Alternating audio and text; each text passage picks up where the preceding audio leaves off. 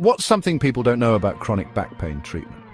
Turns out, restoring your spine's natural curve might be the key to lasting relief.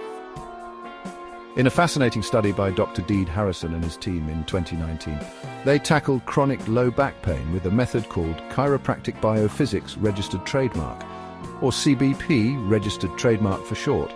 Their patient, a 52-year-old man who'd been struggling with chronic pain.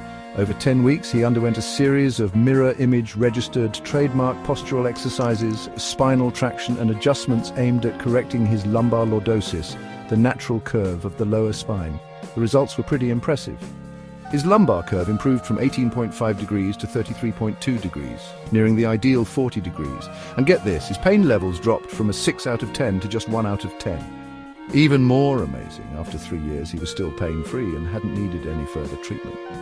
So what does this mean for you?